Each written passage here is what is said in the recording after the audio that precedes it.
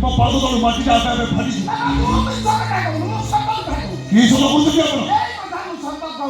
ଯାହାକୁ ତମେ ନିଜ ମା ବୋଲି ଭାବୁଛ ଦିନ ଥିଲା ତମ ବାପାଙ୍କୁ ସେ ତରଫିଆ ଭଲ ପାଉଥିଲା। ତମ ବାପା ୟାକୁ ଗ୍ରହଣ ନ କରି ନିଜ ମାଙ୍କ ସହିତ ସୁଖ ସଂସାର କରୁଥିଲା ବେ ହାତରେ ଛୁରୀ ଧରି ତମ ବାପାଙ୍କୁ ମାରିଦେଲା। ତମ ବାପାଙ୍କୁ ମୋ ମାଙ୍କୁ ମଧ୍ୟ ମାରିଦେଲା।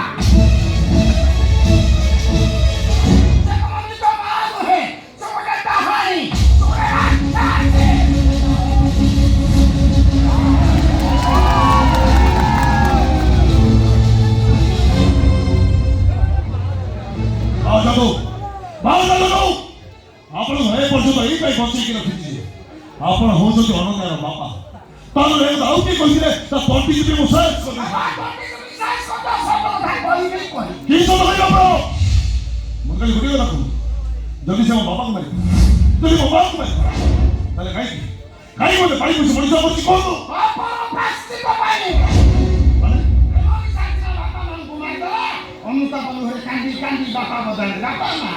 ବାପା ଆପଣଙ୍କୁ ହାତ ଯୋଡୁଛି ଆପଣ ଚୁପ୍ ହେଇଯାନ୍ତୁ। ତାହେଲେ ଆପଣଙ୍କ ପରିସ୍ଥିତି କ'ଣ ହବ ଚିନ୍ତା ବି କରିପାରିବେନି। ବାବା ପରିସ୍ଥିତି ହବା କିଛି ଦରକାର ନାହିଁ। ଯେତେ ଖାଲି ତମ ଯାହାକୁ ନିଜ ମା ବୋଲି ଭାବୁଛ ସେତିକି ତାକୁ ବତାଅ ମା ମୁଁ ତୋ ନିଜ ପୁଅ ନା ଗୋଟେ ଶବ୍ଦ କହୁ ହଁ ନା ବତାଅ ବତାଅ ତାକୁ ବତାଅ।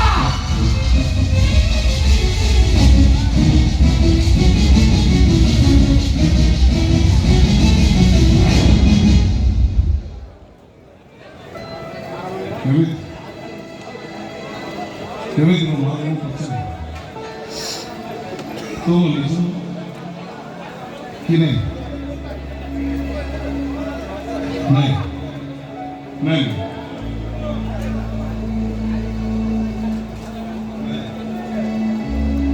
ମାଆକୁ ଯଦି ମୁଁ ନ ପଚାରେ ମୋ ଶ୍ୱଶୁରଙ୍କ ମନରେ ଯେ ସୁନ୍ଦର ସୃଷ୍ଟି ତାର କ'ଣ? कृष्ण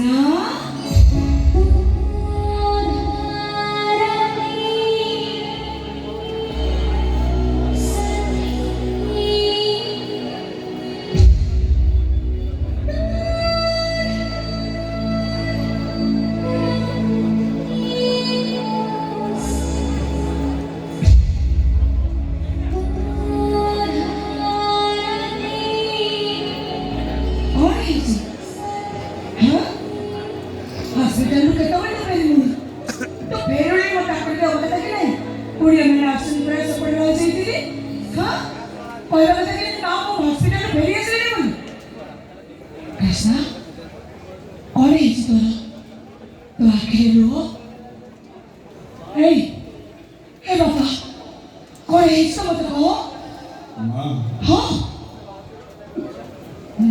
कृष्णा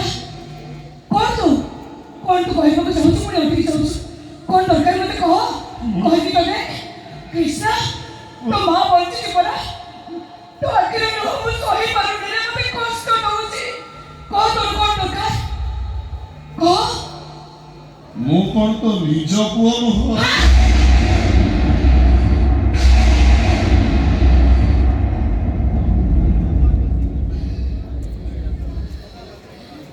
कृष्णा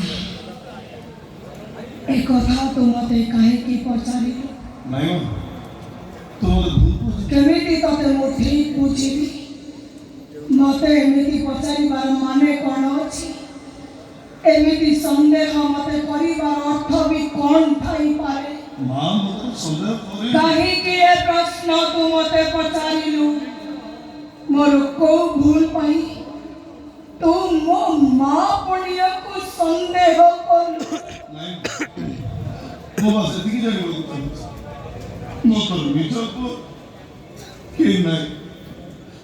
ଗୋଟିଏ ଶବ୍ଦରେ କହିବୁ ହଁ କି ନା କହୁନ।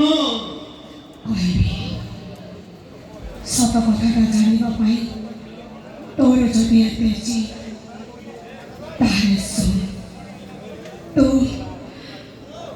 ତୁ ମୋ ନିଜ ପୁଅ ନୁହଁ।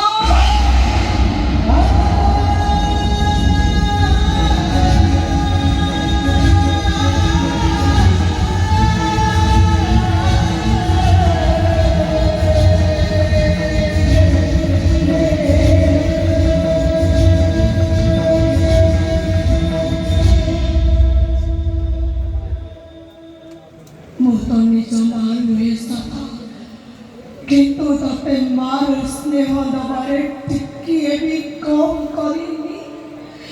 ସେଇଥିପାଇଁ ତ ତୁ ଆଜି ପର୍ଯ୍ୟନ୍ତ ଜାଣିପାରିଲୁନି ମୁଁ ତ ନିଜ ମା କି ପାଳିତା ମା।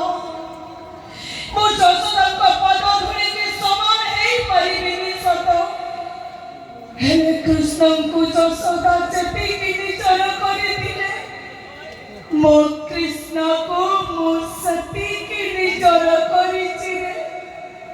କୃଷ୍ଣଙ୍କ ପାଇଁ ଯଶୋଦା ଯେମିତି ବାୟାଣୀ ଥିଲେ ମୋ କୃଷ୍ଣ ପାଇଁ ମୁଁ ସେମିତି ପାଗେଳି। ସେଦିନ ଶ୍ରୀକୃଷ୍ଣ ଗୋପପୁର ଛାଡ଼ି ଦ୍ୱାରିକାକୁ ଗଲାବେଳେ ମା ଯଶୋଦା ତ କେବଳ ବାହୁନି ବାହୁନି କାନ୍ଦିଥିଲେ, ହେଲେ ମୋ କୃଷ୍ଣ ମୋତେ